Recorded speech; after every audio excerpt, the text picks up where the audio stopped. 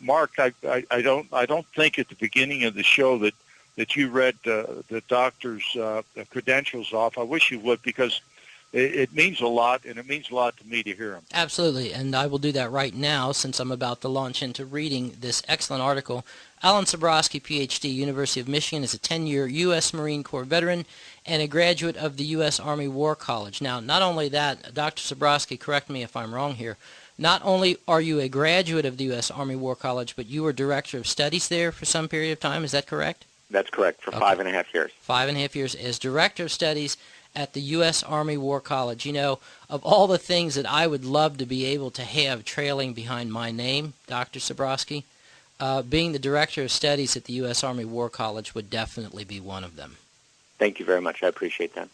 When we look at the two wars that the United States finds herself in, and on the cusp of at least two others, and all of this for the benefit of a certain foreign a country sitting on the eastern shores of the Mediterranean Sea, they have been wildly successful at bringing all of this about, and I think one of the main components of this is the fact that very few people really understand the nature of the problem, and I think that your article here basically lays out the problem, which is that when you have people who try to make this claim that they are loyal to America and at the same time loyal to a foreign government, it is a lie. It is, and it's more than that, Mark. What we need to stand up and say is not only did they attack the USS Liberty, they did 9/11. Mm-hmm. They did it.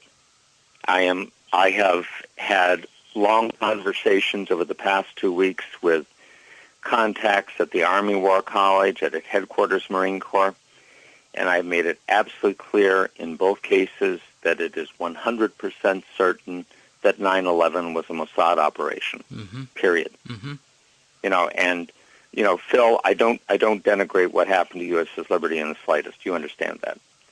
But for most Americans, what happened to the USS Liberty or in Vietnam was history. Mm-hmm. This is history. They can be concerned about it, but they're not going to get mad about it. Right. 9/11 has led directly to 60,000 Americans dead and wounded. God knows how many hundreds of thousands of people in other countries that we've killed or wounded or made homeless. Mm-hmm.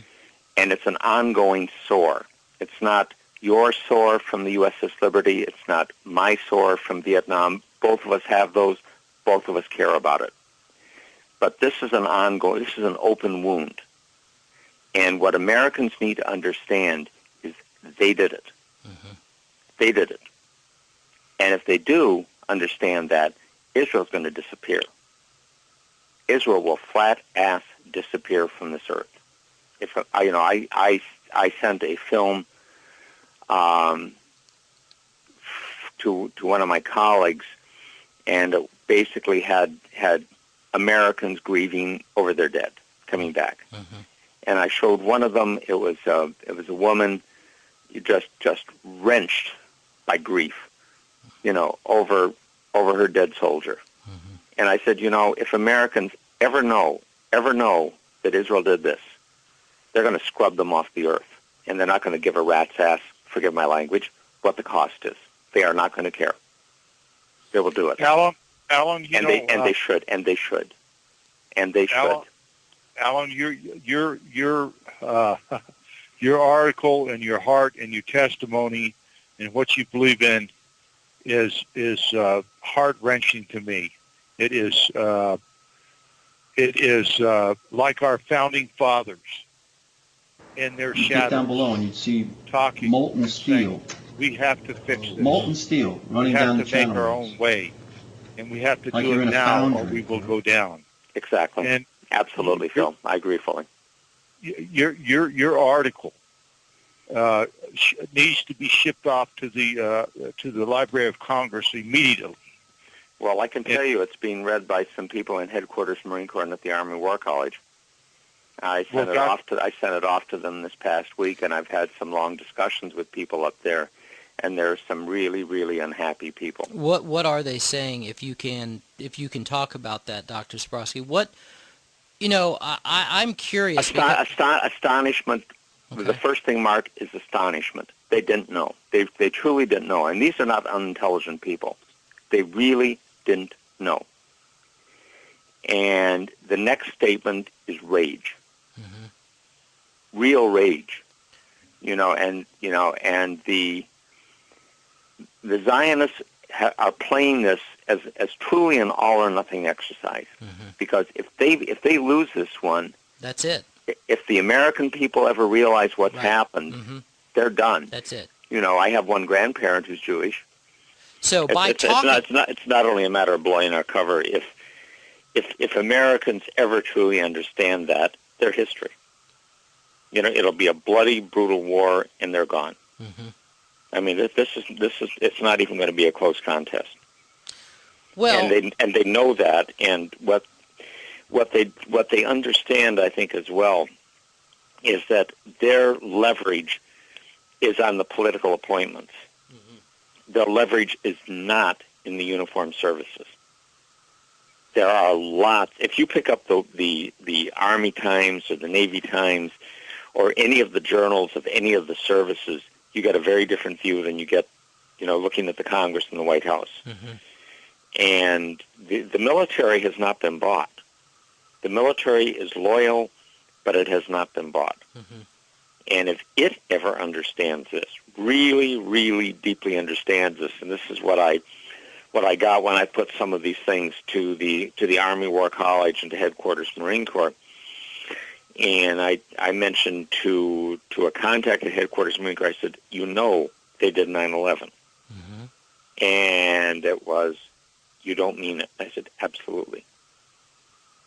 And if they ever understand that, these people are history. Well, now let me ask you something, Doctor. And obviously, I understand that we need to protect the names of the innocent here, and this is there probably there are no innocent. Okay. I'd like to know a little bit more about this. I mean, these conversations that you're having with your colleagues who are still serving in uniform, what is the reaction on their part when you tell them things like this? First, a disbelief, and what I show them immediately afterwards is an interview with a Danish demolitions expert named Danny Jowenko, and it shows the third building at the World Trade Center going down, WTC-7. Right. And they look at that, and I said, now you understand that if one of the buildings was wired for demolition, all of them were wired for demolition. Right. And that's it. That's the tipping point. I mean, getting into arguments about who was flying what and where they were and whether there was nanothermite, those things are true, but they're incidental. Right. The thing that's necessary is to tell people 3 buildings went down, the third was not hit by a plane, it was wired for controlled demolition, therefore all of them were wired for controlled demolition, and at that point the reaction is rage. First disbelief and then rage. Well, I got to tell you, that I find to be very encouraging because, based upon the cursory conversations I have with some military people, and I have to be real careful about what I say because you just don't know what you're walking into when you start a discussion of this type with one of them. Based upon these, as I said, cursory conversations that I've had with some of them, they're clueless and they don't want to hear about it. They are loyal to the flag that is on their left sleeve as a patch, and the thought that the government could be in any way involved in any kind of high crimes and treason against the United States, the people of the United States, is just unthinkable to them. So I'm glad to hear that there still is some gray matter and some patriotism left, at least in the circles where you travel, Dr. Sabrosky. Well, I mean, it's not that they don't want to hear it; it's that they don't know of it. And what I have done when I presented it to these people, and I said, just look at this. Just look at this picture. I'm not going to give you an argument. Just look at it. And they look at the film, and without exception, they come back and they say, they did it, didn't they? I said, yep, they did it.